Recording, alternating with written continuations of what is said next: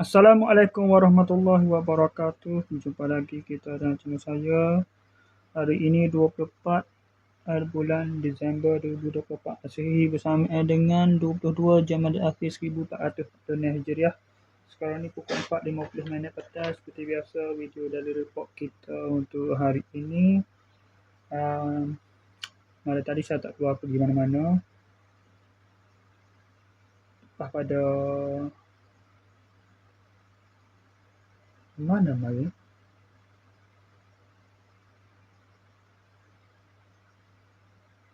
Tak ada keluar mana dah. Betul tadi pun tak ada keluar mana. Petang kemarin tak nak pergi mana, lepas tu malam dia pun tak nak keluar ke mana. Saya tidur dari pukul 3 suku atau 3.16 pagi. Bangun dari pukul 6.50 pagi. Lepas tu bangun tu makan sarapan sikit, semaya subuh apa semua tu. Semaya subuh, lepas tu makan sarapan sikit. Lepas tu dari pukul 8 tu saya pergi siap dah masa tu lah. Siap dah. Dari pukul 8 tu siap dah. Saya pergi ke apa? Nanti psikal lah, pergi ke Jetih. Jap. Pergi ke Jetih ni. Di ni bank Agrobank kan. Tidak di kemakin lah. Okay, ni kemudian ada kad saya mampu hari tu, ingat saya ada hari tu kan. Kad bank kad saya mampu. Bukan mampu nak mati dia kan. Nak tempoh dah. Ni insurans pun tempoh. Insurans tak tempoh lama dah. Wajib kena tambah. Kena piduk balik bila dah buka akaun baru. Akaun sama tapi piduk kad expired baru ni kan. Sebelah November 2024 ni ada walik baru ni, bagi walik baru pada 29 bulan 12 pula walik baru. Tempoh walik baru pula ni. Tempoh expired dah baru lah. Lepas tu pergi dah siap selesai masalah tu kan. Di bank kat betul mujuk bawa buku. Ya kemarin ni. Masih bawah mula lah tak dengar. Lepas tu pergi tak ada beli apa lah. Pergi selesai masalah tu lah.